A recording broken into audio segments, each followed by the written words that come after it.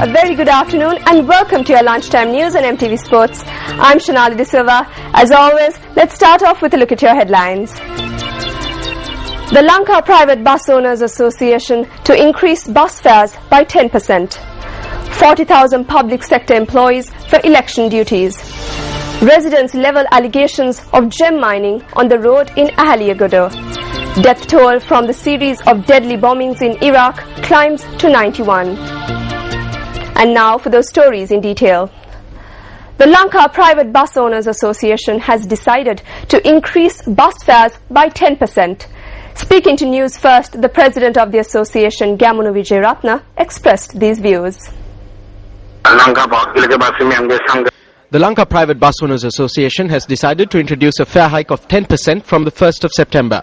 The bus owners have a right to take this decision, and we have continuously informed the National Transport Commission and the provincial transport authorities that such a fare hike was imminent. We have submitted the list of fares to the 8 provinces and the National Transport Commission, informing them of the 10% fare hike. The minimum fare will be increased from 9 rupees to 10 rupees.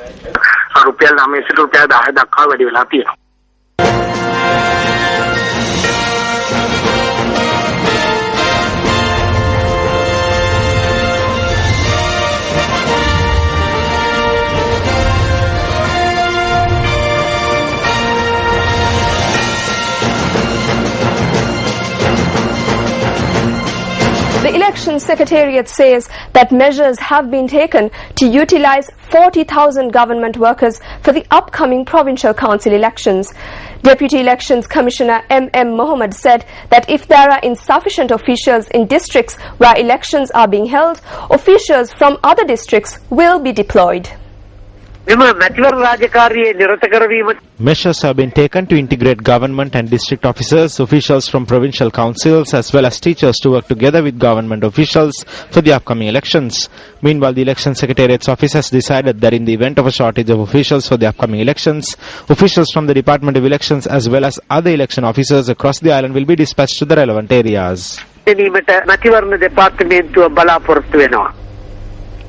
The political stage is heating up as provincial council polls draw even closer.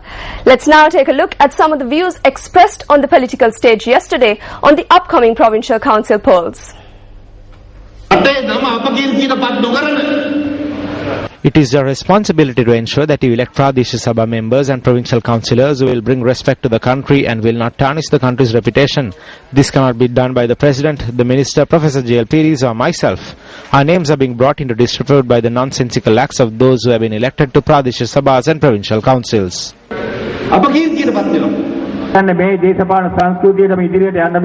If we allow this political culture to continue as it is, if we allow the children to lead the same lives we are leading now, then the future generation, the children that we have brought up with love, will come to hate us. When they come into power, they collect as much as money they can. They build up their assets. They live lives of luxury and leisure. They teach their children to live without morals or ethics. If this system continues, our future generation will not have a nation to live in.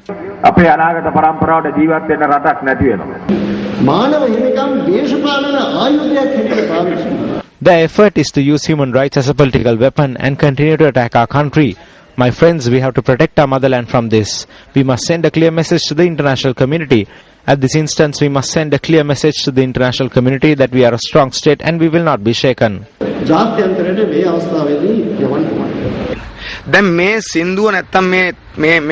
The government has been singing this tune for several years now. During the previous provincial council's elections as well, they asked voters to strengthen their hands to defeat imperialist forces. This is a government that kneels before imperialists. On one hand, they kneel before India, and then they come here and ask for votes as a show of strength for the imperialists.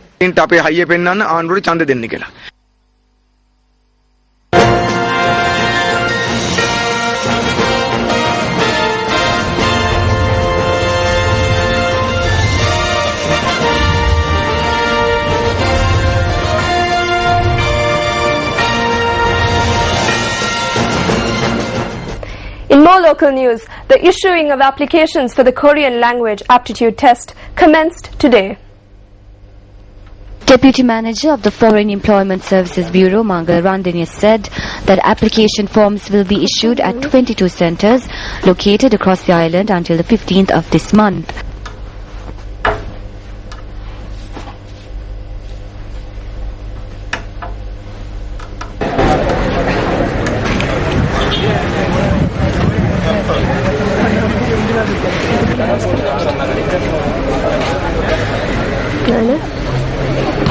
People gathered as early as this morning at a number of centers to obtain application forms for the Korean language aptitude test. The examination is scheduled to be held next month. A section of a building at the Wellassa Central College in Bibila has collapsed. Our reporter says that the section of the building collapsed last evening. About 1,000 children received their education at the Wellassa Central College in Bibila. The building at which the collapse occurred last evening is the oldest in the school. The building is said to have been declared open in 1933. Incidentally, Wellassa Central College also functions as an examination center in the area for the advanced level examinations that are currently underway. Parents point out that the damage caused would have been far worse if the building had collapsed on a day that examinations were being held. 20 homes have been damaged by strong winds that were experienced in the areas coming under the purview of 3 divisional secretariats in the Trincomalee district.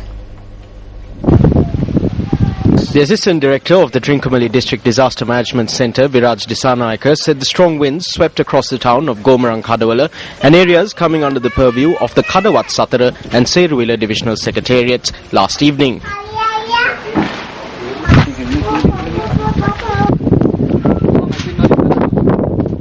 Four homes were levelled by the gale force winds. Coming up later on in the news.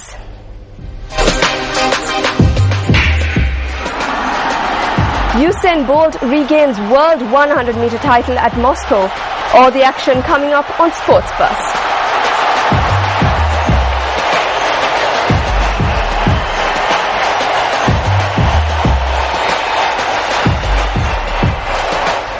One person has been killed and 3 injured in a clash that occurred in the Ankatia area in Tangol.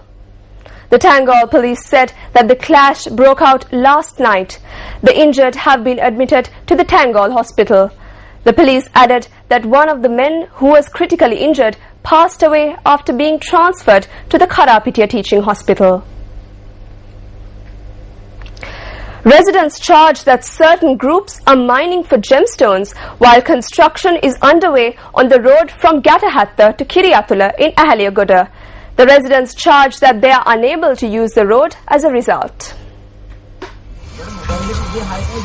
Work on a protective wall on the Gatahatta Kiriatula road in Dhamamawata, Ahaliagoda commenced the day before yesterday. The Sabaragama Provincial Council has allocated a sum of 310,000 rupees for the 34-foot-long protective wall. Area residents point out that after work commenced on the wall the day before yesterday, a certain group that arrived there under the cover of darkness had dug up the soil around the wall and had carted off the soil. There is a road across this land that leads to the villages, but a certain group is mining the gemstones here under the guise of putting up a protective wall. They take the soil away too. Area residents are calling upon the authorities to take stern action against persons responsible for the irregularities that are taking place amid the construction of the road.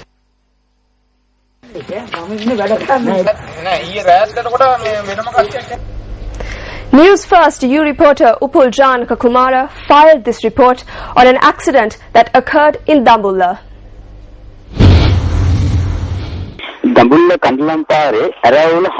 At about 4:30 last evening, a bicycle and a car collided on the Kandalama road in Dambulla near the Aravala junction.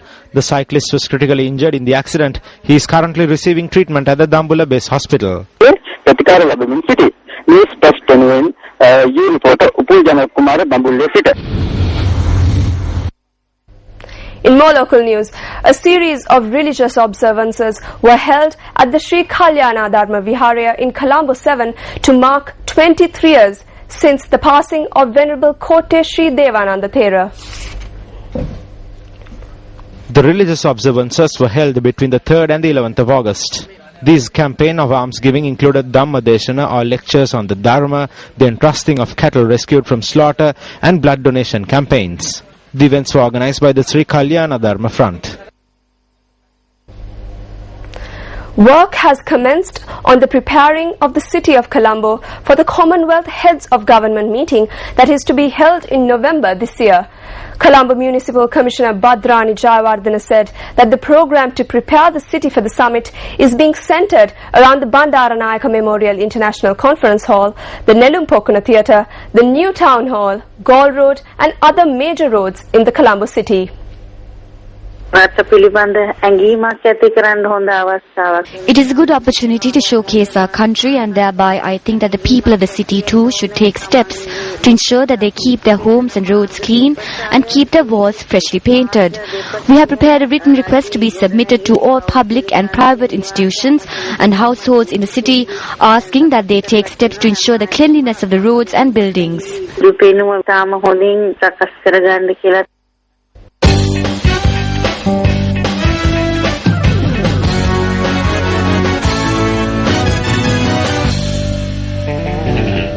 Usain Bolt regained his world 100 meters crown and restored some credibility to a sport tarnished by a plethora of doping scandals as he scorched to gold in 9.77 seconds at the World Championships in Moscow.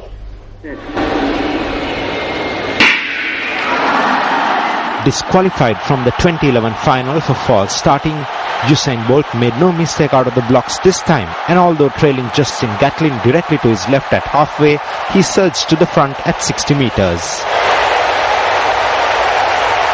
Fast starting American Justin Gatlin took silver in 9.85 seconds, with Jamaican Nesta Carter securing bronze in 9.95.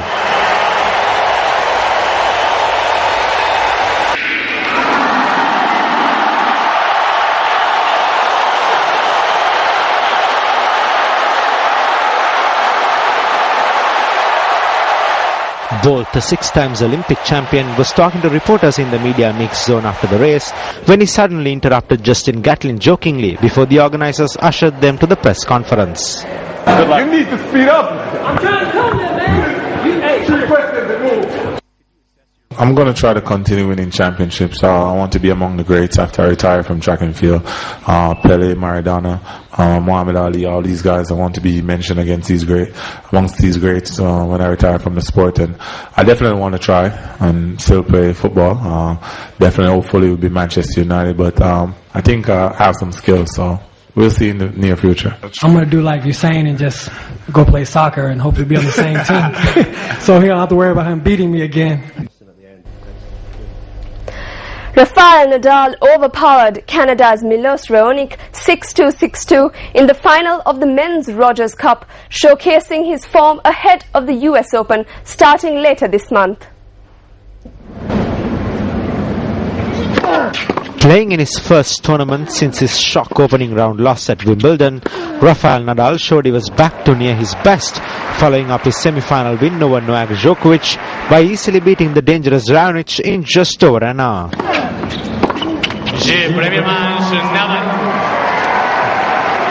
The victory provides Nadal with his 3rd win at the Rogers Cup, his 8th ATP title this year and his 25th Masters crown.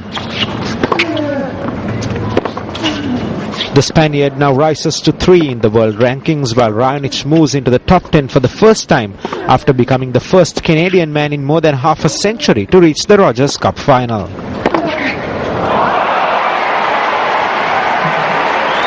Nadal was ruthless from the outset and never allowed Raonic to settle his nerves in front of a partisan capacity crowd in Montreal.